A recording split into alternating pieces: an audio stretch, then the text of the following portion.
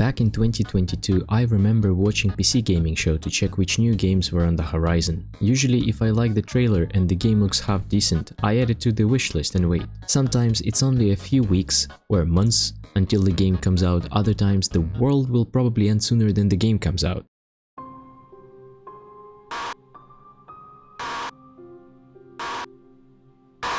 However, one game in particular I remember very well for some reason from that show was Backfirewall. The trailer gave off this Portal 2 Stanley Parable vibe, although in this game they actually have a jumping mechanic. But in any case, both games I absolutely adored, so I wishlisted the game. January 2023 came around and the game got released, but since then I actually haven't seen anyone on Twitch or YouTube play it. It doesn't have a lot of reviews on Steam either. Usually I wait for someone to play the game to see whether I'm interested in it myself, or for Steam reviews to reach overwhelmingly positive. To me, this means that the game is highly likely to be good. But this time, due to lack of both, I have decided to have some faith and just go ahead and try it out. Now, after finishing it, I can certainly say that this game is a small gem that you probably have missed.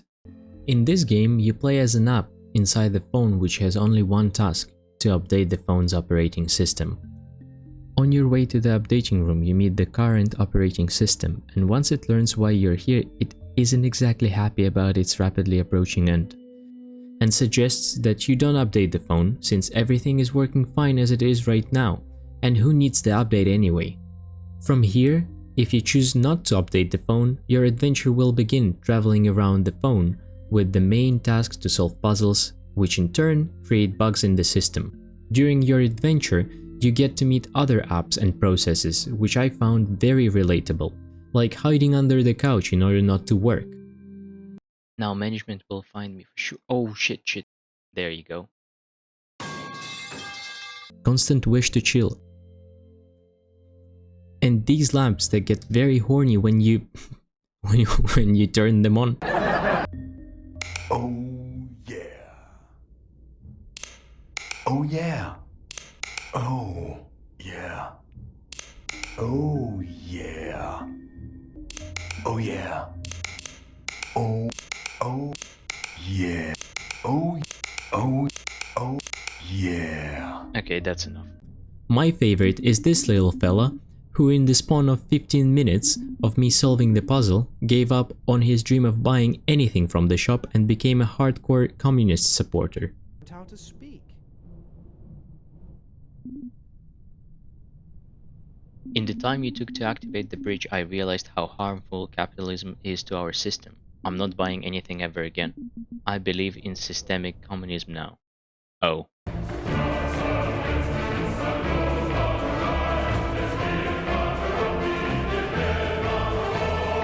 The puzzles themselves aren't that hard.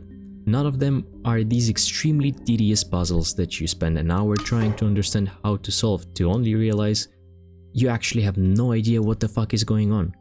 Yes, I'm looking at you, the witness. Bottom line, you can always ask this cool duck for help, but if you do so, this image is an accurate representation of how your brain looks like. The balance between the jokes and the story is great, although sometimes from light jokes about hating to work, it can turn quite dark. Hello. This sign means data water is very dangerous. Here, let me show you. Canary processors really do take their jobs at heart, don't they? Okay. The progression of the story is also somewhat similar to Portal 2. You start by solving puzzles to proceed, while the game slowly introduces you to the world and what is happening around it. You can tell that the phone is not updated just by looking at this old-style loading bar. Also, I am actually not sure whether this was a subtle hint from the developers that the phone is lagging due to a missing update, but the loading bar always takes so long to load. Or it can be that at this point my PC is just shit. The music in this game is also great. You get these cool ambient tracks which just add a bit to the experience.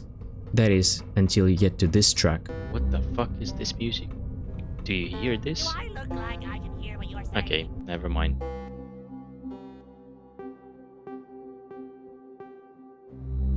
But then, the game hits you with this one.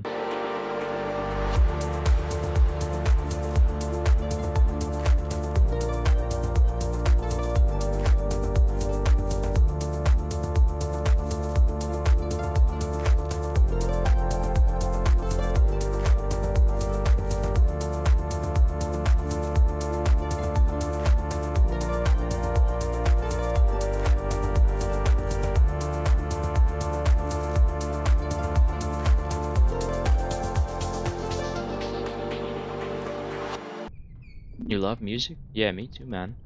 These guys are having fun.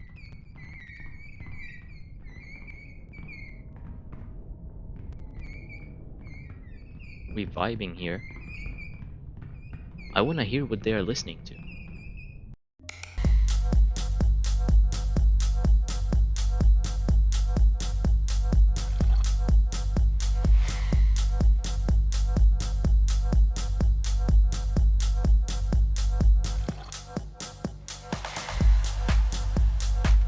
While not taking itself seriously, the game still tells a compelling story with one of the main points that your choices always have consequences. Through the game, you are reminded of your main goal, which you can continue to ignore, and just like in real life, if you just close your eyes and continue to pretend that the problem isn't there, it won't make the problem disappear. You are responsible for what is happening around you, and depending on your choices, others might finally be able to get better, or you can drag them down with yourself. Innocent software will keep getting hurt if the system is not updated. You decide what choice will you make, but time works against you, and if you take too long to decide, you might not have the privilege of choosing in the end. Even after the whole hell, sure, you might get the happy ending, but was it worth going through all of this as well as making others go through it with you?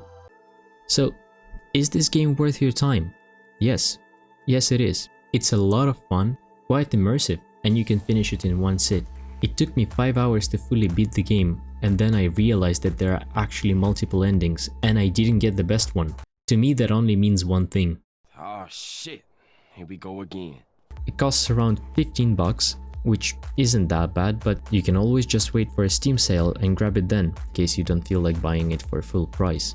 The game has a very simple but important morale. Everything might be alright as it is right now, but change is inevitable, and the longer you resist it, the harder it's going to be to adapt to it in the future.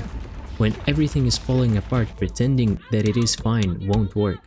So will you continue to ignore the problem, or finally be able to let go of the past and embrace the change of the future? The choice is always yours. Time has come for the system to change, and the change in the system is you.